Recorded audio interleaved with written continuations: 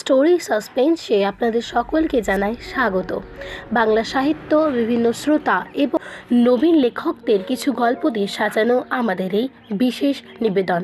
আজ আপনাদের জন্য রয়েছে শরদিন্দু বন্দ্যোপাধ্যায় রচিত পিন্টু। আমরা এই চ্যানেলে শরদিন্দু বন্দ্যোপাধ্যায় রচিত মোক্তার ভূত গল্পটি আগেই পরিবেশন করেছি, কিন্তু আজ আপনাদের জন্য রয়েছে শরদিন্দু বন্দ্যোপাধ্যায়ের শরদিন্দু ওমনিবাস থেকে নেওয়া পিন্টু গল্পটি। শরদিন্দু বন্দ্যোপাধ্যায় একজন প্রিয় বাঙালি লেখক। জন্ম 1899 খ্রিস্টাব্দের 30শে মার্চ। তার জন্ম উত্তরপ্রদেশের জৌনপুর শহরে। তার রচিত বিভিন্ন সাহিত্য প্রকাশিত হয় তার 20 বছর বয়সে, যখন তিনি কলকাতায় বিদ্যাসাগর কলেজে আইন নিয়ে পড়াশোনা করেছিলেন। কিন্তু তিনি পড়াশোনার সাথেই চালিয়ে গেছেন সাহিত্য চর্চাও। তার সৃষ্ট গোয়েন্দা চরিত্র ব্যোমকেশ বক্সী এবং বরদা ভীষণই জনপ্রিয়। এছাড়াও তিনি রচনা করেছেন বিভিন্ন ঐতিহাসিক সাহিত্য, যেমন কালের মন্দিরা, গৌর মল্লার, তুমি সন্ধ্যার মেঘ, তুঙ্গভদ্রার তীরে ইত্যাদি। কিন্তু আজ আপনাদের জন্য রয়েছে শরদিন্দু বন্দ্যোপাধ্যায় ওমনিবাস থেকে নেওয়া পিন্টু গল্পটি। আসুন শোনা যাক আজকের গল্প।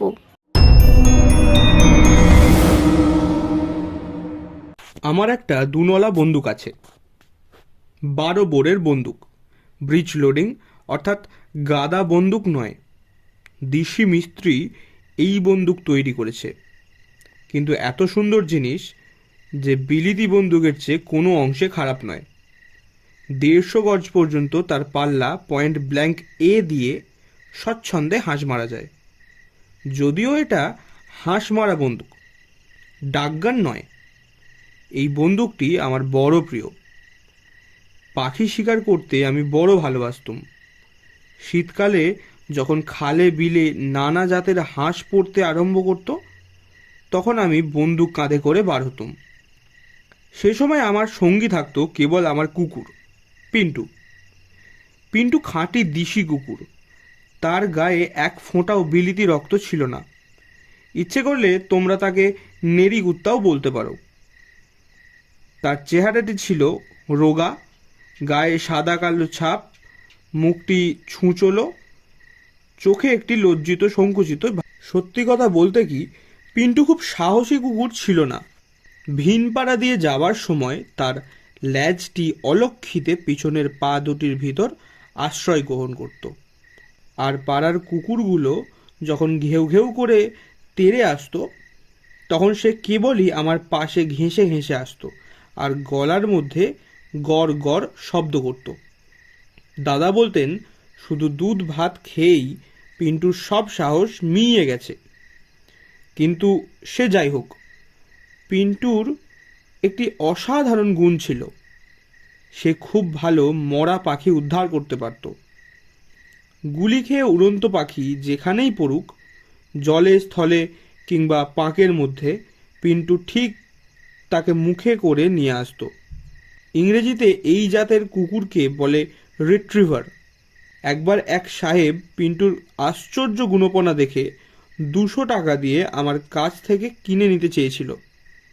আমি দিইনি। যা হোক, শীতকাল এলেই আমরা দুজনে শিকারে বার হতুম। এমন অনেকবার হয়েছে যে পাখির সন্ধানে ঘুরতে ঘুরতে বাড়ি থেকে অনেক দূর চলে গিয়েছি, 2-3 দিন বাড়ি ফেরাই হলো না। আমার শিকারের শখ বাড়ির সকলে জানতেন, তাই উদ্বিগ্ন হতেন না। গত বছর শিকার করতে গিয়ে কি ব্যাপার হয়েছিল সেই কথাই আজ বলবো। খবর পেলুম শহর থেকে মাইল 20 দূরে যে জলা আছে, তাতে বিস্তর হাঁস পড়েছে। হাঁসগুলো আশেপাশে ধান ক্ষেতের ক্ষতি করছে। মন উৎসুক হয়ে উঠল। অঘ্রাণ মাস, বেশ শীত পড়েছে। একদিন সকালবেলা পিন্টুকে সঙ্গে নিয়ে বেরিয়ে পড়লুম। অজপাড়া গাঁয়ে গাড়ি যাওয়ার রাস্তা নেই। যেতে হলে এক গরুর গাড়ি চড়ে যেতে হবে। আমরা পায়ে হেঁটেই গেলুম, কারণ গরুর গাড়ি চড়ে কাঁচা রাস্তার ওপর দিয়ে 20 মাইল যাওয়ার চেয়ে হেঁটে যাওয়া ঢের বেশি স্বাস্থ্যকর। অন্তত হাড়গুলো আস্ত থাকবে। জলার নিকটবর্তী গ্রামে গিয়ে যখন পৌঁছলুম, তখন সন্ধে হয়। পশ্চিম আকাশে একটুখানি সোনালি আলো ঝিলমিল করছে। দূর থেকেই অসংখ্য হাঁসের কলকণ্ঠ শুনতে পাচ্ছিলাম। হাঁসের ডাক সকলের ভালো লাগে কিনা বলতে পারি না, কিন্তু আমার বড় মিষ্টি লাগে। দেহের ক্লান্তি সত্ত্বেও মনটা আনন্দে নেচে উঠল। পিন্টুও আমাকে ঘিরে আনন্দে নাচতে লাগলো আর ঘেউ ঘেউ করে ডাকতে লাগলো। গ্রামে বেশিরভাগই নিম্ন শ্রেণীর লোকের বাস, কিন্তু একটি ছোট্ট পোস্ট অফিস ছিল। তারই পোস্টমাস্টারের বাড়িতে আতিথ্য স্বীকার করলুম। তিনি ভারী ভদ্রলোক।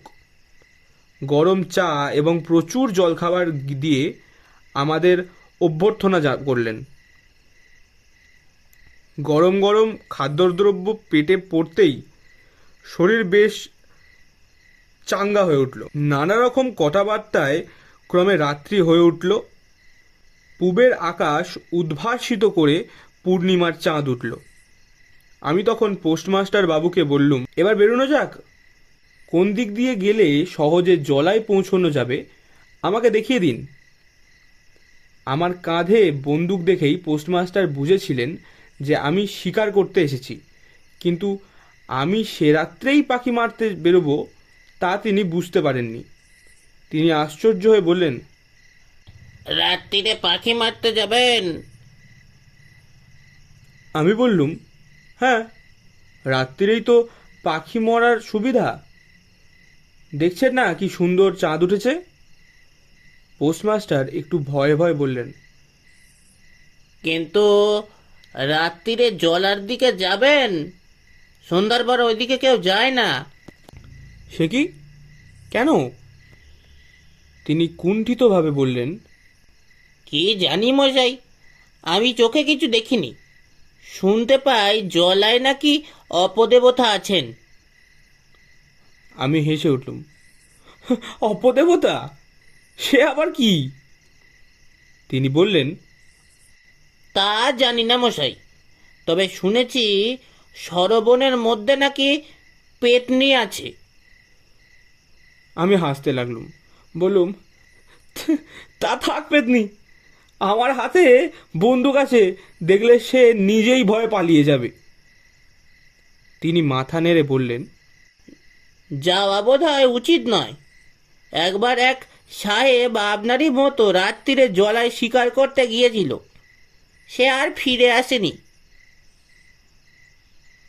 আমি বললুম, কোনো ভয় নেই, আমি 11টার মধ্যেই ফিরে আসব। আপনি শুধু আমায় পথটা দেখিয়ে দিন। তিনি তখন অনিচ্ছা ভরে গাঁয়ের সীমানা পর্যন্ত এসে আমায় জলা দেখিয়ে দিলেন। জলাটা সেখান থেকে মাইলখানেক দূরে। চাঁদের আলো তার ওপর ঝকঝক করছে, আর ধোঁয়ার মতো অস্পষ্ট পাখির সারি তার ওপর দিয়ে উড়ে যাচ্ছে। চাঁদনি রাতে জলার ধারে কি করে পাখি শিকার করতে হয় তা বোধহয় সকলে জানে না, অথচ ব্যাপারটা খুব সহজ। এমনকি দিনের বেলা পাখি শিকার করার চেয়েও সহজ। রাত্রে জলার পাখিরা চোখে ভালো দেখতে পায় না, কিন্তু কেবলই উড়ে বেড়ায়। জলার এধার থেকে ওধারে যায়, আবার এধারে ফিরে আসে। তাই চাঁদ যখন গাছের ডগা ছাড়িয়ে ওঠে, তখন সেই চাঁদের দিকে লক্ষ্য করে বন্দুকের টোটা ভরে কোনো ঝোপের আড়ালে চুপ করে দাঁড়িয়ে থাকতে হবে। পাখির ষাঁড় যখন চাঁদের কাছ দিয়ে উড়ে যায়, তখন চাঁদ লক্ষ্য করে বন্দুক ছুঁড়তে হয়। ছড়রা খেয়ে পাখিগুলো ধপ ধপ করে মাটিতে পড়ে, তখন কুকুর গিয়ে সেগুলোকে খুঁজে নিয়ে আসে। এরকম শিকারের সুবিধা এই যে পাখির পিছন পিছন ঘুরে বেড়াতে হয় না। এই জায়গায় দাঁড়িয়েই অনেক পাখি পাওয়া যায়। যা হোক, আমি আর পিন্টু আলের ওপর দিয়ে জলার দিকে চললুম। বেশ একটু ঠান্ডা বাতাস দিচ্ছে, কিন্তু আমার গায়ে গরম কোট, হাফ প্যান্ট ছিল, পায়ে হোস আর বুট জুতো ছিল, তাই ঠান্ডা হাওয়া ভালোই লাগলো। পকেটে গোটাকুড়ি 4 নম্বরের কার্তুজ নিয়েছিলুম। আশা ছিল তাইতেই আজকের মতো কাজ চলে যাবে। ক্রমে জলার কাছে এসে পড়লুম। এখানকার মাটি নরম, মাঝে মাঝে জল সরে গিয়ে আধ শুকনো পাঁকও আছে। জলাটা প্রকাণ্ড, একটা হ্রদ বললেও চলে, কিন্তু জল খুব গভীর নয়। তার কিনারা ঘিরে ঘন সরবন জন্মেছে। মাঝখানে স্থানে স্থানে সরের গোছা উঁচু হয়ে আছে।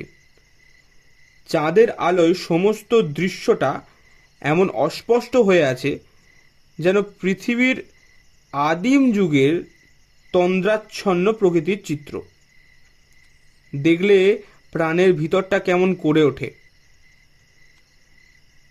জলের কিনারা পর্যন্ত যাবার কোনো দরকার ছিল না।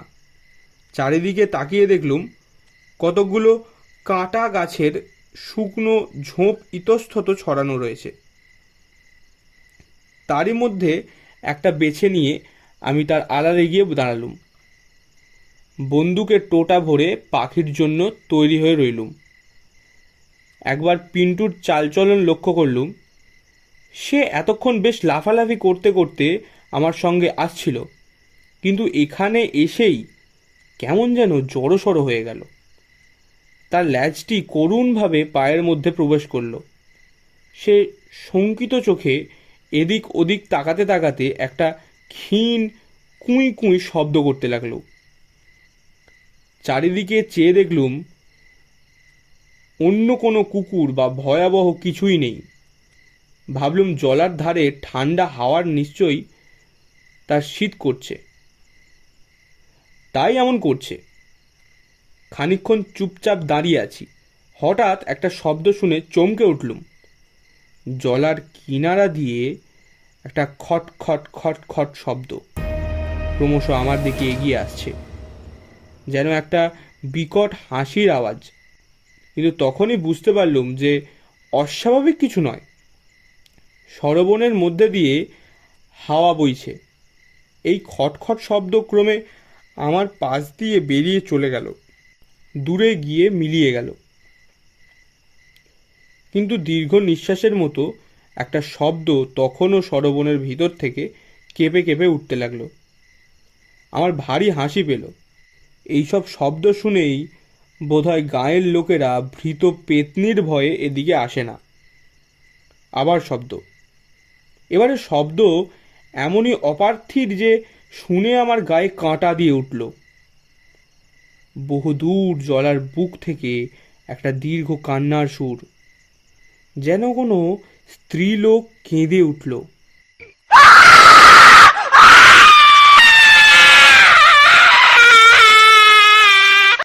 চারিদিকে প্রতিধ্বনি তুলে এই কান্না ক্রমে ক্ষীণ হয়ে গেল। জলাতে অনেক রকম অজানা পাখি থাকে। মনে হলো হয়তো তাদেরই কেউ এমন করে কেঁদে উঠেছে। কিন্তু আমি অনেক পাখি মেরেছি, অনেক ঝিলে জঙ্গলে বেরিয়েছি, এরকম পাখির ডাক কখনো শুনিনি। একবার মনে হলো পাখি বটে তো। পিন্টুর দিকে তাকিয়ে দেখি সে আমার পা ঘেঁষে এসে বসেছে, আর তার শরীর থরথর করে কাঁপছে। আমি তার পিঠে হাত বুলিয়ে তাকে বললুম, কিছু ভয় নেই পিন্টু, এ পাখির ডাক। পিন্টু করুণভাবে আমার দিকে তাকালো, তারপর ছুটে গায়ের দিকে খানিকটা এগিয়ে গিয়ে আবার ফিরে এসে ব্যগ্র চোখে আমার পানে চেয়ে রইল। কুকুর কথা বলতে পারে না, কিন্তু পিন্টু যেন পরিষ্কার আমাকে বললে, ফিরে চলো, এ বড় খারাপ জায়গা, এখানে থেকে কাজ নেই। হায়, পিন্টুর কথা যদি শুনতাম। হাতের ঘড়িটা দেখলুম 9:30 বেজেছে। এই সময় আকাশে সনসন শব্দে মুখ তুলে দেখি এক ঝাঁক পাখি, বোধহয় মোরগাবি, কারণ মোরগাবিরা এত জোরে ওড়ে যে তাদের ডানার সাঁই সাঁই আওয়াজ হয়। চাঁদের ওপর দিয়ে উড়ে যাচ্ছে। তৎক্ষণাৎ বন্দুক তুলে ফায়ার করলুম। চারিদিকে একটা বিকট প্রতিধ্বনি উঠল। তারপর ধপ করে একটা শব্দ হলো। বুঝলুম পাখি পড়েছে। পাখি পড়ার শব্দে পিন্টুর ভয় কেটে গেল। সে কান খাড়া করে খানিকক্ষণ দাঁড়িয়ে রইল, তারপর লাফাতে লাফাতে যেদিকে পাখি পড়েছিল সেই দিকে ছুটল। পাখিটা 50 হাত দূরে একটা ঝোপের মধ্যে পড়েছিল। পিন্টু সেই ঝোপের কাছাকাছি গিয়ে হঠাৎ দাঁড়িয়ে পড়ল, তারপর চোঁ চোঁ করে পালিয়ে এসে আমার জুতোর মধ্যে মুখ লুকিয়ে বসে পড়ল। আমি আশ্চর্য হয়ে বললাম, কি হয়েছে পিন্টু, পালিয়ে এলি যে? তার গায়ে হাত দিয়ে দেখি তার ঘাড়ের রোঁয়া কাঁটার মতো খাড়া হয়ে উঠেছে। পিন্টু কখনো এরকম করে না, তাই ভারী আশ্চর্য হয়ে আমি নিজেই সেই ঝোপটার দিকে অগ্রসর হলাম। কাঁটা গাছের ঝোপে পাতা নেই, তার ভিতরে পরিষ্কার চাঁদের আলো পড়েছে। ঝোপের 10 হাতের মধ্যে গিয়ে আমিও থমকে দাঁড়িয়ে পড়লুম। দেখলুম মরা পাখিটা মাটিতে পড়ে রয়েছে, আর সাদা কাপড় পরা একটা স্ত্রীলোকের মূর্তি তার উপর ঝুঁকে পড়ে যেন তাকে আগলে রয়েছে। এই সময় আবার সেই তীব্র কাতরোক্তি ঝোপের ভিতর থেকে বেরিয়ে এলো।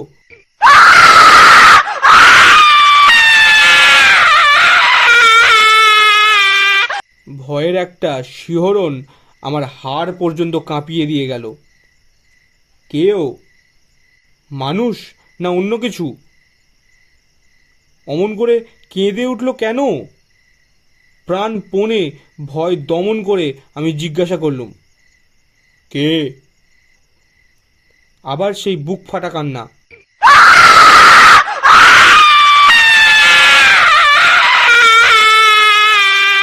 আমি জড় মূর্তির মতো দাঁড়িয়ে রইলুম। ইচ্ছে হলো পালাই, কিন্তু পালাতে পারলুম না। আমার 2 চোখ সেই ঝোপের মধ্যে নারী মূর্তির ওপর নিবদ্ধ হয়ে রইল। হঠাৎ নারী মূর্তি উঠে দাঁড়ালো, ঝোপের ভিতর থেকে বেরিয়ে এলো। আমি তার মুখ দেখতে পেলুম না, সর্বাঙ্গ কুয়াশার মতো সাদা কাপড় দিয়ে ঢাকা। সে একটি সাদা হাত তুলে আমায় ডাকলে তারপর নিঃশব্দে চলে যেতে লাগলো। খানিক দূর গিয়ে সে ফিরে দাঁড়ালো, তারপর আবার হাত তুলে আমায় ডাকলো। আমার স্বাধীন ইচ্ছাশক্তি যেন একেবারে লুপ্ত হয়ে গিয়েছিল। কলের পুতুলের মতো আমি তার পিছন পিছন চললুম। পিন্টু এতক্ষণ অনেক দূরে পিছিয়ে ছিল। এবার সে ছুটে এসে আমার পায়ের কাপড় ধরলে। ভয়ে তার গা কাঁপছে, শরীর যেন কুঁকড়ে ছোট হয়ে গেছে। তবু সে আমায় ফেলে পালাতে পারছে না। আমার পা কামড়ে ধরে পিছন দিকে টানতে লাগলো, যেন কিছুতেই আমাকে যেতে দেবে না। কিন্তু চুম্বকের আকর্ষণ লোহাকে যেমন টেনে নিয়ে যায়, আমিও তেমনি অন্ধভাবে সেই মূর্তির অনুসরণ করতে লাগলাম। পিন্টু পদে পদে বাধা দিতে লাগলো, পায়ের কাছে পড়ে কেউ কেউ করে মিনতি জানাতে লাগলো। তবুও আমার গতি রোধ করতে পারল না। ক্রমে তলতলের নরম পাঁকের ওপর এসে পড়লুম। সে যে কি ভয়ঙ্কর জিনিস তা বর্ণনা করা যায় না। আর এই পাকে আস্তে আস্তে ডুবে মরার মতো ভয়াবহ মৃত্যুও কল্পনা করা কঠিন। আমি কিন্তু কোথায় যাচ্ছি কিছুই জ্ঞান ছিল না, কেবল সেই মূর্তির দিকে চোখ রেখে এগিয়ে যাচ্ছিলাম। ক্রমে যখন পাঁকের মধ্যে হাঁটু পর্যন্ত ডুবে যেতে লাগলো, তখন দাঁড়িয়ে পড়লুম। মূর্তিও সামনে খানিক দূরে দাঁড়ালো। তারপর আবার সেই রক্ত জল করা আওয়াজ।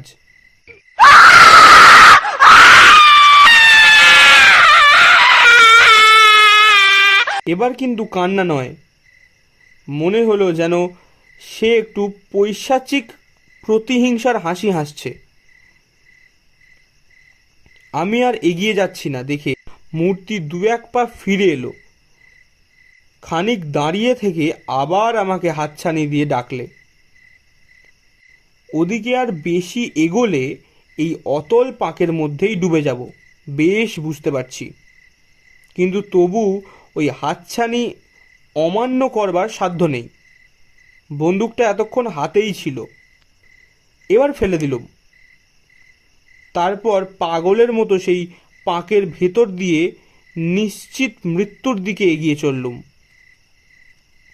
পিন্টু, এই সময় পিন্টু যে অদ্ভুত কাজ করলে তা জীবনে কখনো ভুলবো না। সে এতক্ষণ আমার পিছন পিছন আসছিল, কিন্তু যখন দেখলে যে আমি উরু পর্যন্ত কাদায় ডুবে যাচ্ছি, তখন সে হঠাৎ একটা বিকট চিৎকার করে আমার সামনে এলো। আমি দেখলুম তার সর্বাঙ্গের রোঁয়া খাড়া হয়ে উঠেছে, আর সে হিংস্রভাবে দাঁত বার করে সেই মৃত্যুর পানে ছুটে চলেছে। সাদা মূর্তিটার সামনে পৌঁছে সে কণ্ঠ লক্ষ্য করে তার ঘাড়ের ওপর লাফিয়ে পড়ল। সঙ্গে সঙ্গে একটা আর্তকম্পিত চিৎকার পিন্টুর কণ্ঠ চিরে বেরিয়ে এলো। যাকে লক্ষ্য করে সে লাফ দিয়েছিল, সেই মূর্তি হঠাৎ হাওয়ায় মিলিয়ে গেল। পিন্টু কোথাও বাধা না পেয়ে কাদায় পড়ে গেল, আর উঠল না। পিন্টু, পিন্টু! আমি আত্মহারার মতো ছুটে গেলুম যেখানে পিন্টু পড়েছিল। সেখানে পাঁক তত গভীর নয়, তলায় শক্ত মাটি আছে। পিন্টুর নিশ্চল দেহ দুহাতে তুলে নিয়ে দেখলুম তার দেহে প্রাণ নেই, সে মরে গিয়েছে। সেই যে ভয়ার্থ চিৎকার, তারই সঙ্গে সঙ্গে পিন্টুর প্রাণবায়ু বেরিয়ে গিয়েছে। চারিদিকে চেয়ে দেখলুম সেই সাদা মূর্তি কোথাও নেই, যেন জলাভূমি থেকে উত্থিত একটা দুষ্ট বাষ্প আবার জলাভূমিতেই মিলিয়ে গিয়েছে। পিন্টু, পিন্টু বলে তার কাদা মাখা শরীর বুকে জড়িয়ে নিয়ে আমি অজ্ঞান হয়ে পড়লুম। পরদিন সূর্যোদয়ের সঙ্গে জ্ঞান হলো। তখনও পিন্টুর মৃতদেহ বুকে জড়িয়ে আছি। সারা গায়ে অসহ্য ব্যথা আর 105 ডিগ্রি জ্বর নিয়ে একলা বাড়ি ফিরে এলুম। ক্রমে সেরে উঠলুম। এখনও মাঝে মাঝে শিকারে যাই, কিন্তু আমার পিন্টু নেই। শিকারে মন লাগে না। যখন মনে হয় পিন্টু আমার প্রাণ বাঁচাতে গিয়ে নিজের প্রাণ দিয়েছে, দারুণ ভয়ে তার বুকের স্পন্দন থেমে গেছে, কিন্তু তবুও ভালোবাসা এক তিল কমেনি। তখন কান্নায় বুক ভরে ওঠে। পিন্টু সাহসী কুকুর ছিল না, কিন্তু দরকারের সময় তার মতো সাহস কজন দেখাতে পেরেছে? এতক্ষণ আপনারা শুনছিলেন শরদিন্দু বন্দ্যোপাধ্যায় রচিত পিন্টু গল্পটি। গল্পে প্রধান বক্তা এবং সাউন্ড এফেক্টের ভূমিকায় সৌরভ গাঙ্গুলি, পর্ব পরিচালনায় স্নেহাশিস গোস্বামী এবং গল্পের সূত্রধার আমি সুমনা। বলাই বাহুল্য, এই চ্যানেলের সমগ্র পাঠক গল্প পাঠের আদব কায়দা শিখেছে সানডে সাসপেন্স এবং অন্যান্য গল্প বলার চ্যানেলগুলি থেকে, তাই আমাদের ভুল ত্রুটি মার্জনীয়।